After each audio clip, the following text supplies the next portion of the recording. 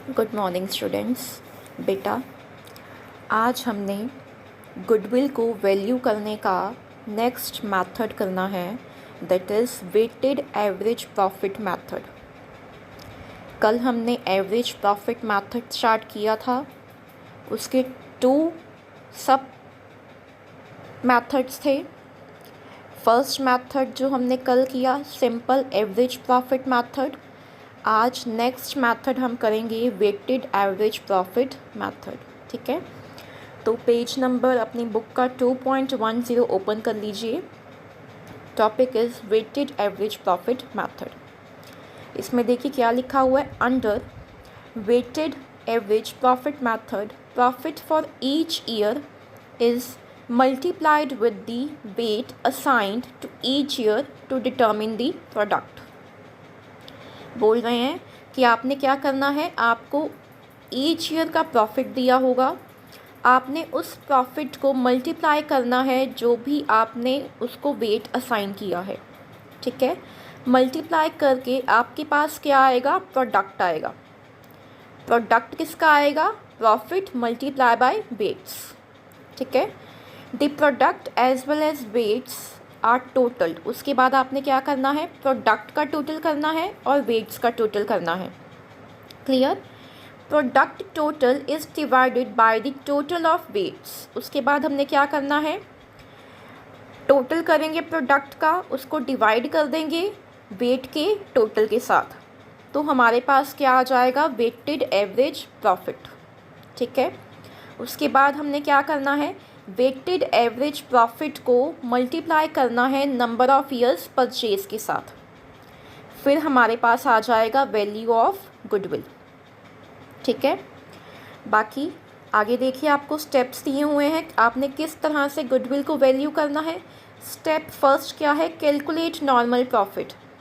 कल मैंने आपको जब सिंपल एवरेज प्रॉफिट मेथड करवाया था, उसमें भी हमने फर्स्ट स्टेप क्या किया था, कैलकुलेट नॉर्मल प्रॉफिट। तो हमारा फर्स्ट स्टेप सेम है जैसे हमने सिंपल एवरेज मेथड में किया था। ठीक है, सेकंड स्टेप है select the weight to be assigned to each year profit. उसके बाद जो क्वेश्चन में आपको वेट्स गिवन होंगे वो आपने असाइन कर देने हैं। थर्ड स्टेप देखिए, calculate weighted average normal profit. अब आपने कैलकुलेट करना है वेटेड एवरेज नॉर्मल प्रॉफिट, वो मैंने आपको अभी बताया। आपके पास प्रॉफिट होगा, आपने प्रॉफिट को मल्टीप्लाई कर देना है जो भी आपने उसके सामने वेट असाइन किया हुआ है, तो आपके पास प्रोडक्ट आ जाएगा। फिर आपने क्या करना है, टोटल करना है प्रोडक्ट का और टोटल करना है वेट का। ठीक है, तो आप क्या फॉर्मूला अप्लाई करोगे, वेटेड एवरेज प्रॉफिट का टोटल ऑफ वेटेड प्रॉफिट मतलब total product divided by total of weights, तो आपके पास आ जाएगा weighted average profit. Next step है find the value of goodwill. वो कैसे आएगी, वेटेड एवरेज प्रॉफिट आपने कैलकुलेट किया होगा, उसके साथ आप मल्टीप्लाई कर दोगे नंबर ऑफ़ ईयर्स परचेज, तो आपके पास गुडविल आ जाएगी। ठीक है, ज़्यादा क्लैरिटी आपको तब होगी जब हम इसके रिलेटेड इलस्ट्रेशन करेंगे। ठीक है, नेक्स्ट इलस्ट्रेशन देखिए, 7th, the profits of a firm for the last 5 years were. Year ended आपको ईयर्स दिए हुए, 2016 का प्रॉफिट दिया हुआ है 40,000, 2017 का दिया हुआ है 48,000, 2018 का 60,000, 2019 का 50,000 और 2020 का 36,000। Calculate the value of goodwill on the basis of 3 years purchase of the weighted average profit after assigning weights 1, 2, 3, 4 and 5 respectively to the profits for year ended 31st March 2016, 17, 18, 19 and 2020। तो हम टेबल बनाते हैं, calculation of weighted profit.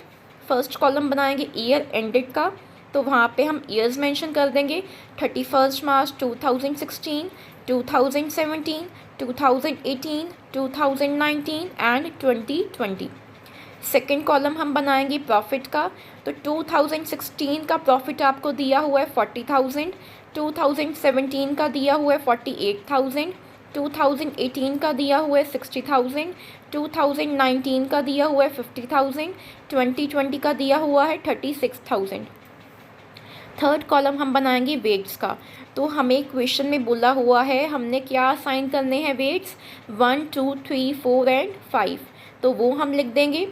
2016 के सामने 1, 2017 में 2, 2018 में 3, 2019 में 4 और 2020 में 5। अब हम कर देंगे टोटल इस वेट्स का। तो मैंने प्लस किया 1 + 2 + 3 + 4 + 5, तो मेरे पास टोटल वेट्स कितने आए, 15। ठीक है। नेक्स्ट कॉलम हमने बनाना है वेटेड प्रॉफिट का। तो ये हम कैसे करेंगे calculate, profit multiply by weights. तो 40,000 मल्टीप्लाई बाय 1, 2016 में कितना आया, 40,000। 2017 का देखिए 48,000 मल्टीप्लाई बाय 2 कितना आया, 96,000। 2018 में देखिए 60,000 मल्टीप्लाई बाय 3 कितना आया, 1,80,000। 2019 में देखिए 50,000 मल्टीप्लाई बाय 4 कितना आया, 2 लाख। 2020 में देखिए 36,000 मल्टीप्लाई बाय 5 कितना आया, 1,80,000। अब हम करेंगे टोटल वेटेड प्रॉफिट का। तो प्लस करेंगे 40,000 plus 96,000 plus 1,80,000 plus 2 lakh plus 1,80,000। तो मेरे पास टोटल वेटेड प्रॉफिट कितना आया, 6,96,000। अब हम कैलकुलेट करेंगे वेटेड एवरेज प्रॉफिट। तो मेरे पास उसका फॉर्मूला है total of weighted profit divided by total of weights. तो मेरे पास टोटल ऑफ वेटेड प्रॉफिट कितना आया है, 6,96,000 divided by total of weights कितना है, 15। तो मेरे पास वेटेड एवरेज प्रॉफिट कितना आया, 46,400। अब मैंने कैलकुलेट करना है गुडविल। तो गुडविल का फॉर्मूला है weighted average profit multiply by number of years purchase. तो वेटेड एवरेज प्रॉफिट मेरे पास आया है 46,400 multiply by number of years purchase, आपको क्वेश्चन में दिया हुआ है 3। तो मेरे पास गुडविल कितनी आई, 1,39,200। ठीक है। नेक्स्ट इलस्ट्रेशन देखिए, एथ Akhil and Nikhil are partners sharing profits equally. They admitted Dinesh into partnership. It was agreed to value goodwill at 3 years purchase following weighted average profit method. 2 partners हैं, clear, profit sharing ratio equal बता रहे हैं और एक new partner को admit किया है दिनेश, ठीक है, और उन्होंने एग्री किया है कि हम गुडविल को वैल्यू करेंगे at 3 years purchase with the using of weighted average profit method on the basis of past 5 years profits। तो आपको past 5 years के profits दिए हुए हैं। weights assigned to each year would be year ended 31st March 2016 को हमने weight assign करना है 1, 2017 को 2, 2018 को 3, 2019 को 4 और 2020 को 5। आपको प्रॉफिट्स दिए हुए हैं। 2016 में प्रॉफिट दिया हुआ है 90,000, 2017 में दिया हुआ है 80,000, 2018 में दिया हुआ है 1,25,000, 2019 में दिया हुआ है 1,50,000 और 2020 में दिया हुआ है 1,75,000। ठीक है, आगे। Scrutiny of books of accounts revealed the following. First point देखिए, there was an abnormal loss of ₹15,000 during the year ended 31st March 2016।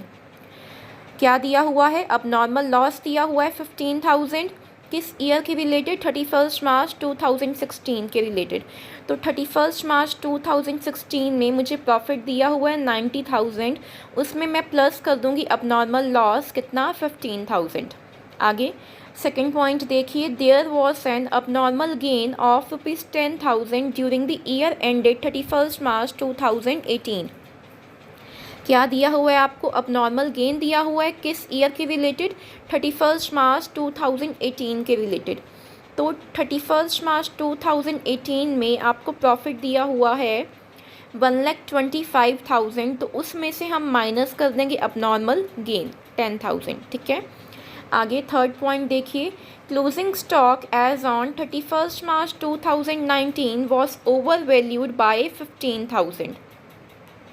हमें क्लोजिंग स्टॉक दिया हुआ है किस ईयर का, 31st March 2019 का, 15,000 ओवर वैल्यूड है। ठीक है, तो हमने क्या करना है, 31 मार्च 2019 का आपको प्रॉफिट दिया हुआ है 1,50,000, उसमें से आप माइनस कर दोगे 15,000 जो आपका ओवर वैल्यूड है क्लोजिंग स्टॉक। ठीक है, आगे आपका ये जो क्लोजिंग स्टॉक आपको दिया हुआ है 31 मार्च 2019 का, ये नेक्स्ट ईयर में क्या हो जाएगा, आपको ओपनिंग स्टॉक बन जाएगा। आपका नेक्स्ट ईयर कब स्टार्ट हो रहा है, 1 अप्रैल 2019 को। तो 1 अप्रैल 2019 को आपका ये क्या बन गया, क्लोजिंग स्टॉक से ओपनिंग स्टॉक बन गया। ठीक है, तो ओपनिंग स्टॉक आपका ओवर वैल्यूड है बाय 15,000। तो आप क्या करोगे, 31 मार्च 2020 का आपको प्रॉफिट दिया हुआ है 1,75,000, उसमें आप प्लस कर दोगे 15,000 आपका जो ओपनिंग स्टॉक है ओवर वैल्यूड वाला। ठीक है, आगे आपने कैलकुलेट करना है वैल्यू ऑफ गुडविल। तो सबसे पहले हम कैलकुलेट करेंगे नॉर्मल प्रॉफिट। तो टेबल ड्रॉ कर लेते हैं, calculation of normal profit. First column बनाएंगे ईयर एंडेड का, सेकंड कॉलम प्रॉफिट का, थर्ड कॉलम एडजस्टमेंट्स का and fourth column normal profit का। तो फर्स्ट कॉलम में लिखते हैं 31 मार्च 2016 प्रॉफिट दिया हुआ है आपको 90,000 और एडजस्टमेंट में बोला था कि अब नॉर्मल लॉस है कितना, 15,000।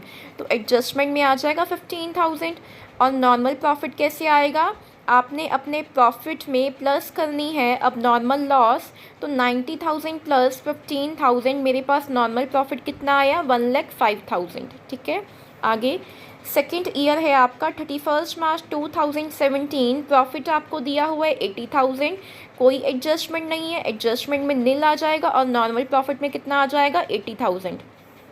आगे नेक्स्ट ईयर है 31 मार्च 2018 प्रॉफिट आपको दिया हुआ है 1,25,000 और आपको एडजस्टमेंट दी हुई है अब नॉर्मल गेन की, तो वो आपने माइनस करनी है।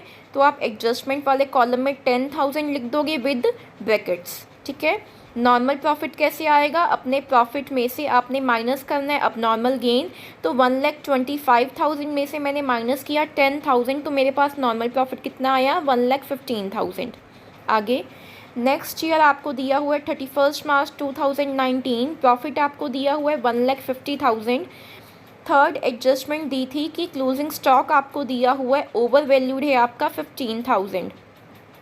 तो हमने कल स्टेप्स किए थे कि हमने किस तरह से नॉर्मल प्रॉफिट को कैलकुलेट करना है। तो मैंने आपको ये बताया था कि क्लोजिंग स्टॉक अगर आपको दिया होगा ओवर वैल्यूड तो वो आपने माइनस कर देना है। तो हम माइनस कर देंगे, एडजस्टमेंट वाले कॉलम में 15,000 नेगेटिव में शो कर देंगे।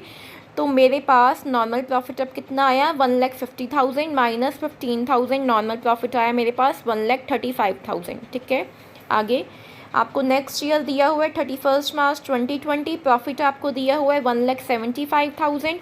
अब जो क्लोजिंग स्टॉक था आपका 31 मार्च 2019 का, वो आपका ओपनिंग स्टॉक बन जाएगा 1 अप्रैल 2019 को।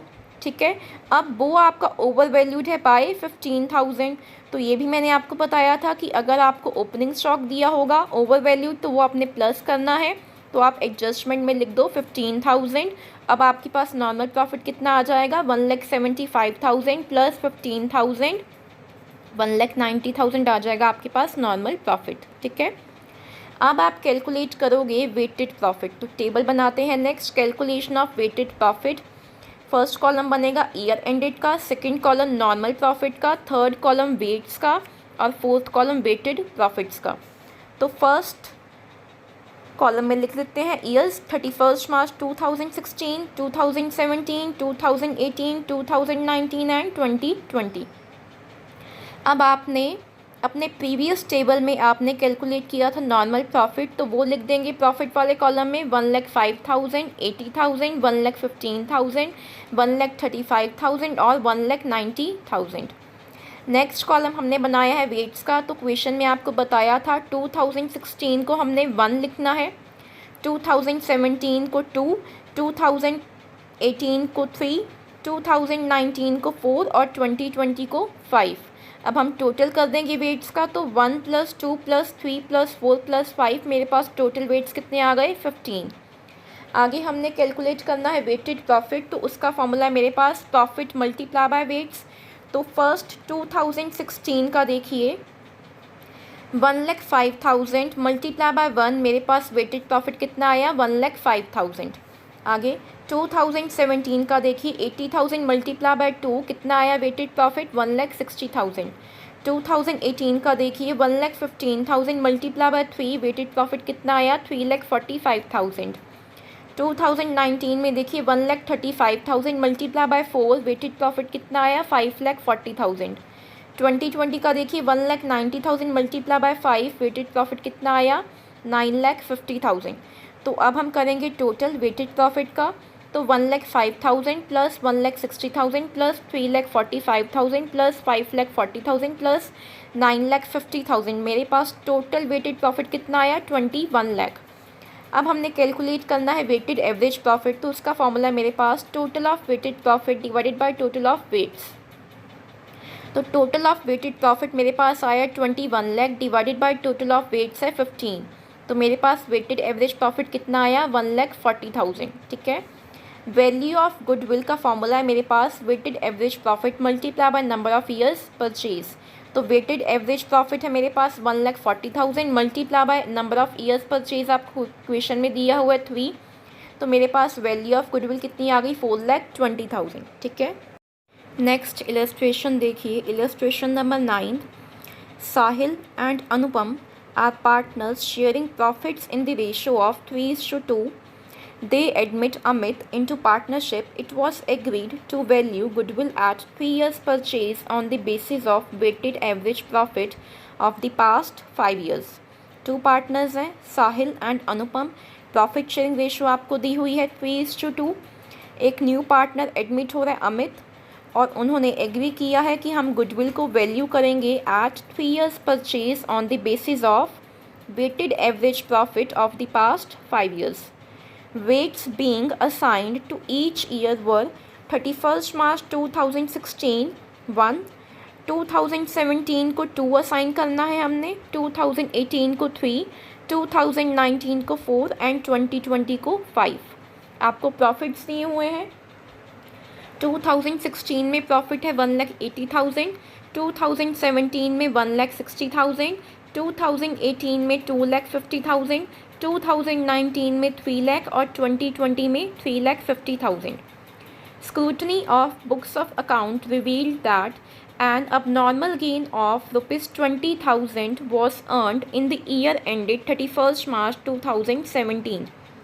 आपको abnormal gain दिया हुआ है किस ईयर के रिलेटेड 31st मार्च 2017 के रिलेटेड। तो 2017 का प्रॉफिट आपको दिया हुआ है 1,60,000, उसमें से आप माइनस कर दोगे 20,000 का abnormal गेन। सेकेंड पॉइंट देखिए, an abnormal loss of ₹10,000 was incurred in the year ended 31st March 2018.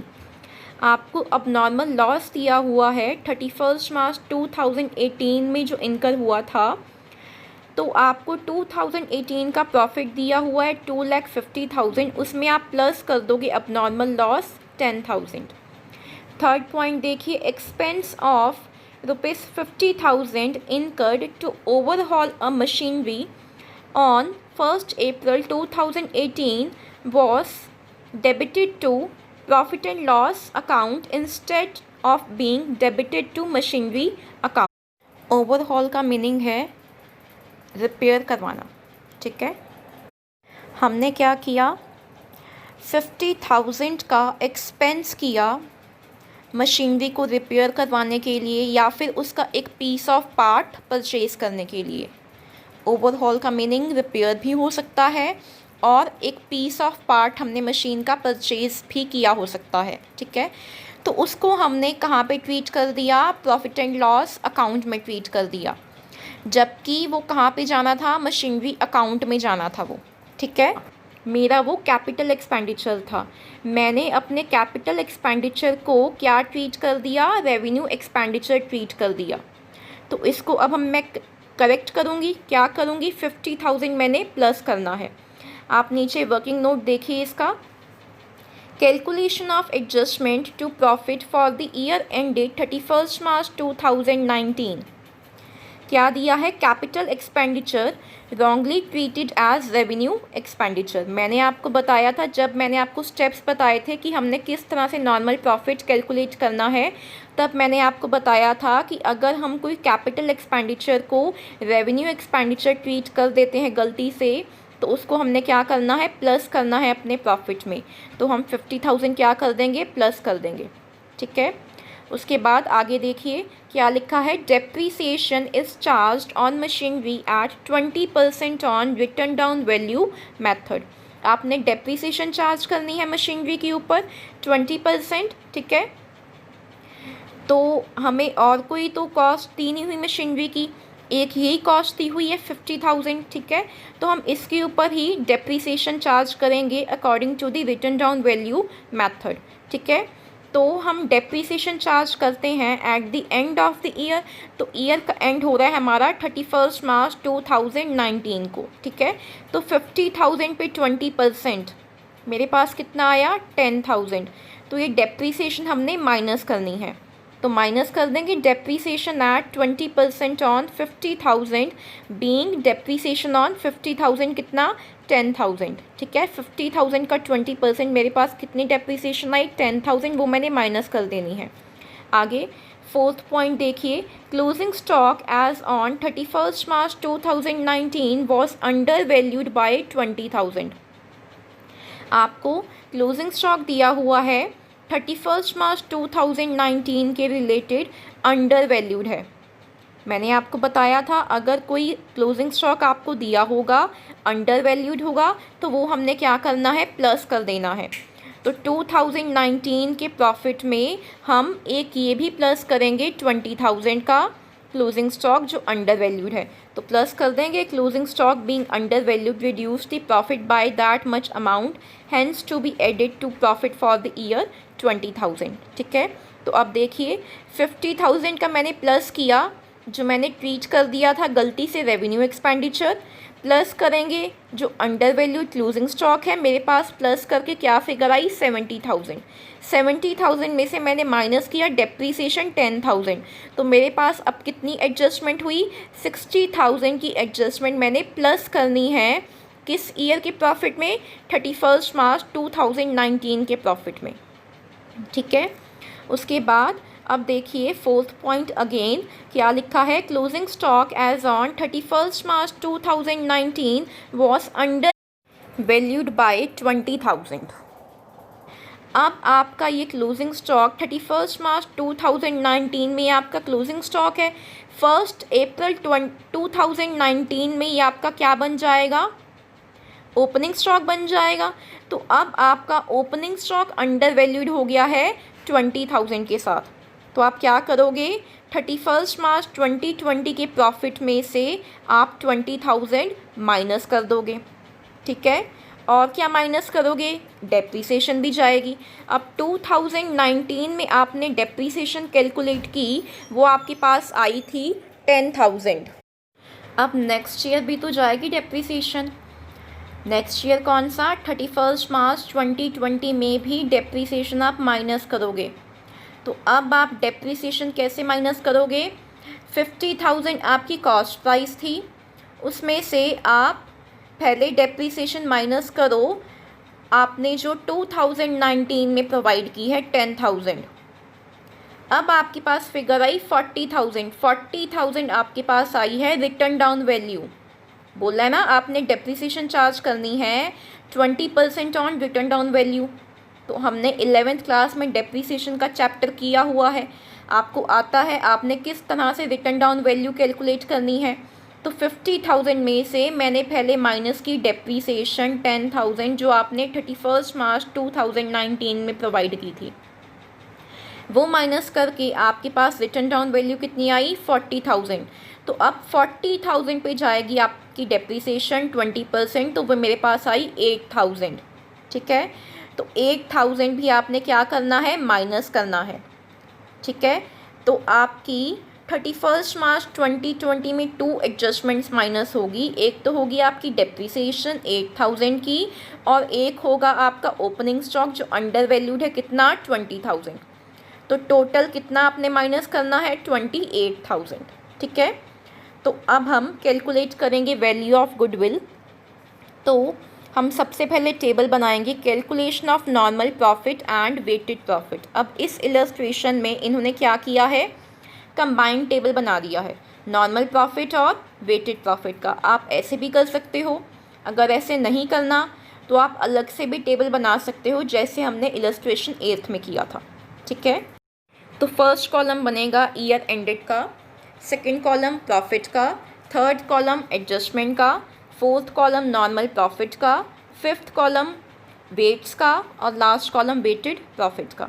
ठीक है, तो ईयर मेंशन कर देते हैं 31 मार्च 2016, 31 मार्च 2017, 31 मार्च 2018, 31 मार्च 2019 एंड 31 मार्च 2020।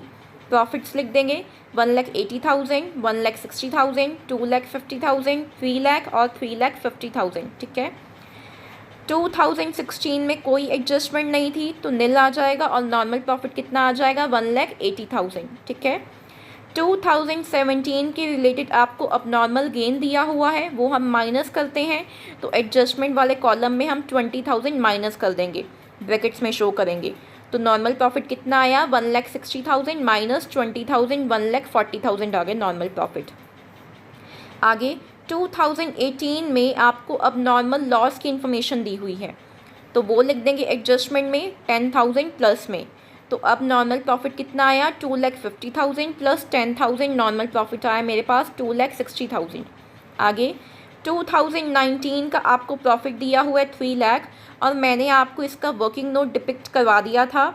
हमने कितनी अमाउंट ऑफ एडजस्टमेंट प्लस करनी है 60,000, तो वो प्लस कर देंगे तो मेरे पास नॉर्मल प्रॉफिट कितना आया 3,60,000। आगे 31 मार्च 2020 का आपको प्रॉफिट दिया हुआ है 3,50,000। एडजस्टमेंट का मैंने आपको समझा दिया था कि आपने 28,000 माइनस करना है, तो ब्रैकेट्स में शो करोगे। तो माइनस करके मेरे पास नॉर्मल प्रॉफिट कितना आया 3,22,000।